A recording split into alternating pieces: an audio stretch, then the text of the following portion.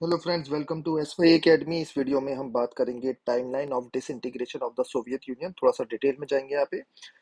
1985 के मार्च में क्या हुआ कि माइकल गोर्बाचेव इलेक्ट हुए general secretary communist party of the Soviet union.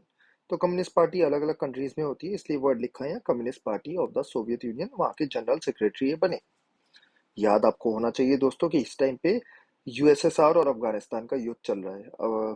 1979 के अराउंड यूएसएसआर अफगानिस्तान में गया था, और वहीं से एक मतलब कह सकते हो death nail, final nail in the coffin कह सकते हो, वो स्टार्ट हो गई थी चीजें। उसके बाद गोरबाचेव ने बोरिस येल्सिन को head of the communist party बनाया था मॉस्को में, राइट। और फिर उसके बाद काफी सारे रिफॉर्म्स स्टार्ट करे थे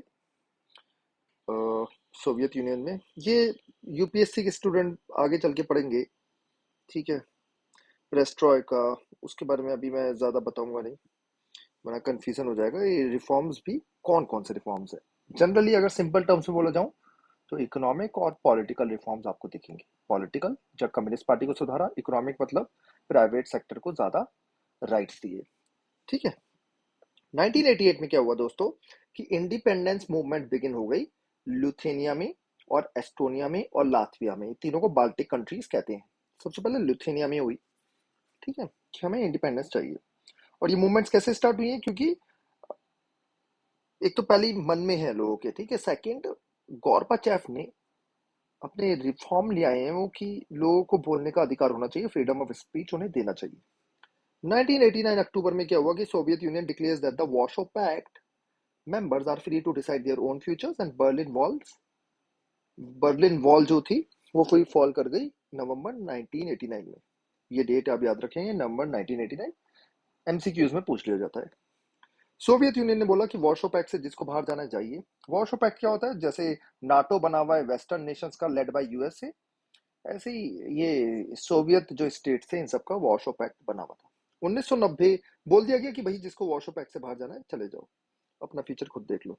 1990 फरवरी में क्या हुआ, Gorbachev strips the Soviet communist party of its 72 year long monopoly on power by calling on the Soviet parliament, जिसको सोवियत पार्लियामेंट को ड्यूमा कहते थे, to permit multi party politics. तो बोला अब सिंगल पार्टी सिस्टम नहीं रहेगा, मल्टी पार्टी सिस्टम आ जाएगा। बहुत बड़ा स्टेप है दोस्तों ये, कि सोवियत कम्युनिस्ट पार्टी को उसके जो 72 ईयर्स, जो इतने साल से चलता हुआ आ रहा था लेनिन के टाइम से, बोला भाई खत्म आपकी मोनोपोली, अब मल्टी पार्टी सिस्टम रहेगा यहाँ पे।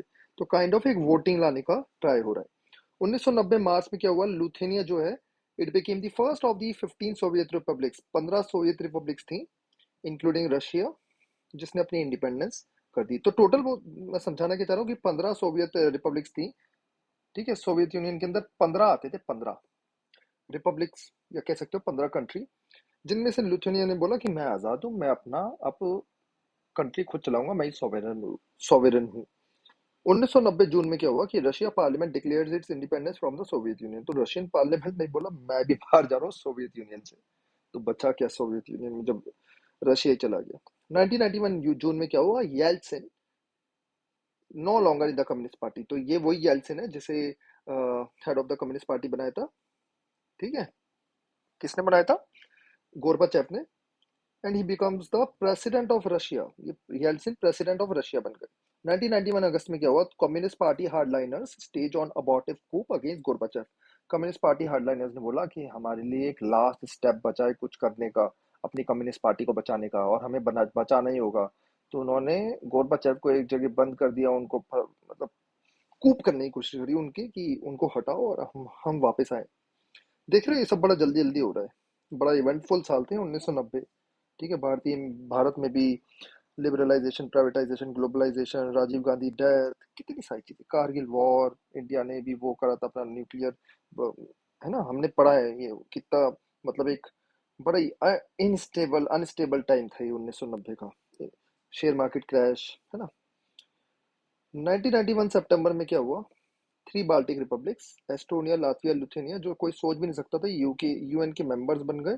पहले तो सोच भी नहीं सकता था, मतलब वो वाला पॉइंट मैं बोल रहा हूँ, नाटो जब ज्वाइन कर लिया इन्होंने, ठीक है ना। ये एक नेगेटिव स्टेप है जिसका इम्पैक्ट आज भी हम देख रहे हैं। यूक्रेन वॉर होने का एक रीजन ये है कि ये जो कंट्रीज है ना, इन्होंने नाटो ज्वाइन कर लिया, तो इससे रशिया को टेंशन हो गई है कि वो चारों तरफ से गिर गया है।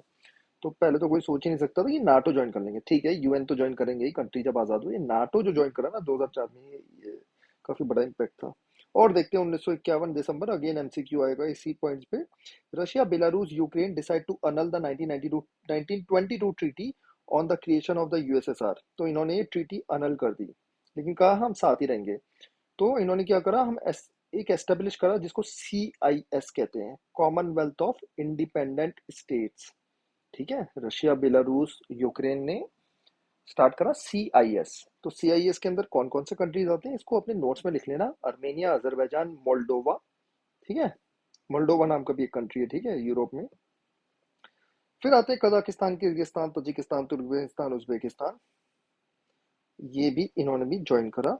पहले कौन थे, रशिया, यूक्रेन और बेलारूस, इन तीनों ने स्टार्ट करा था। फिर इन्होंने भी ज्वाइन करा।